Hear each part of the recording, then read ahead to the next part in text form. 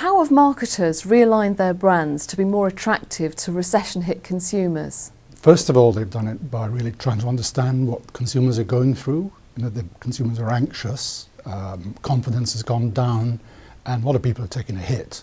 But of course, some people have actually won. Some things have gone up. People have traded down, people are holidaying at home, they're eating at home, but they're also looking for nostalgia and a bit of comfort, maybe. So companies have understood that and based their decisions on that. And I think there are three main ways. I think firstly, some companies have actually, in addition to offering value for their regular products, introduced or adapted new ones. For example, I'm the judge, or one of the judges on the annual Marketing Effectiveness Awards, which are UK-based awards. And last year, the outright winner was Sainsbury's, which is a UK retailer, food retailer. And they introduced a scheme which they called Feed Your Family for a Fiver.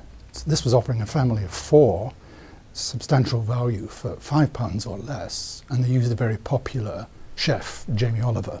And this is an award-winning campaign which achieved huge success. I think the second thing is to actually try and make your budget go further. Some people call this marketing on a shoestring. And a good example of this is McCain's potato wedges, who were trying to hit the barbecue market.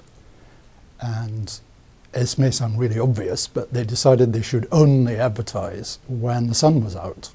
You may say this is a blinding revelation, but they used digital media very cleverly and weather forecasts to do this. So they really sort of made their budget go further. And another example is perhaps Christie's, the auctioneers. They had a huge cut in their budget. So instead of marketing all their auctions separately, they pulled them all together on a global basis and had a better result with a much lower budget. And I think the third thing is to use digital channels much more effectively. Everybody knows about the digital revolution, but there are 1.7 billion people online now. The British are online more than anyone else in Europe, and online advertising is now overtaking TV advertising.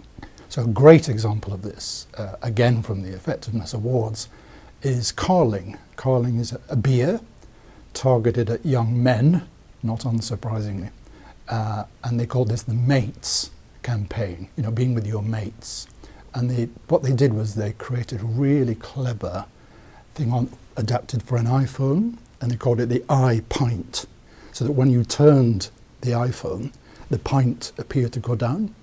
And this was the #1 download, and huge impact, very high return on marketing investment on very low budget. So I think those three things have really helped companies adapt to the recession.